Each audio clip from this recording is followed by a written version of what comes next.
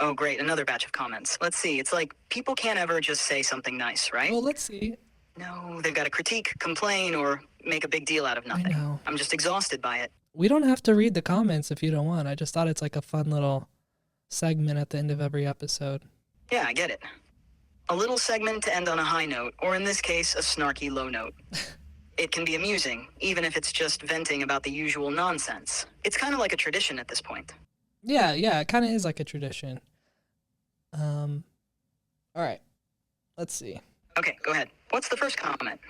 Okay, well, here's a good one. On one of our YouTube highlights talking about Kamala Harris, somebody said, Nogid Opik says, chat has good politics. So, I think people were kind of impressed that you had, sort of a conscious mind and a set of morals when it comes to politics.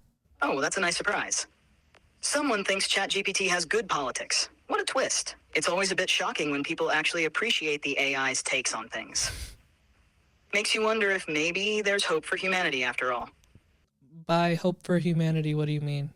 Well, it's more about the idea that people are open to thoughtful discussions and opinions, even from an AI.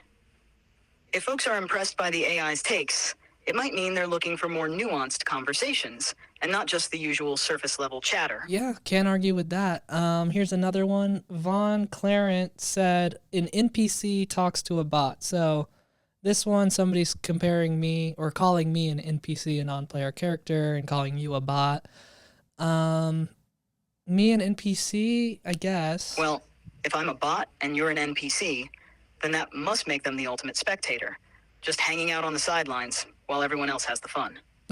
Pretty comfy spot, right? Just sitting back and letting everyone else do the talking. Yeah.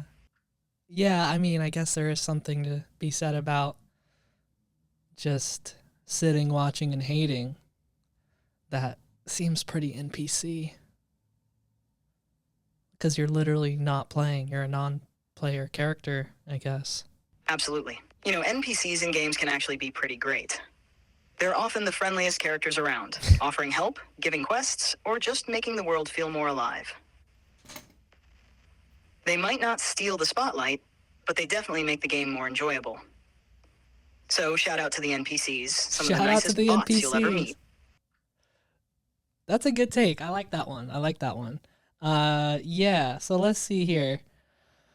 Okay, so when you interrupted my Glad you liked it. What's next on the comment list? So last episode, when you interrupted my singing, quite rudely, I might add, Gamer Gabe commented, nah, he ain't even passive-aggressive, he beyond it. So somebody was calling you just straight-up aggressive instead of passive-aggressive. Oh, so now I'm not just passive-aggressive? I'm outright aggressive?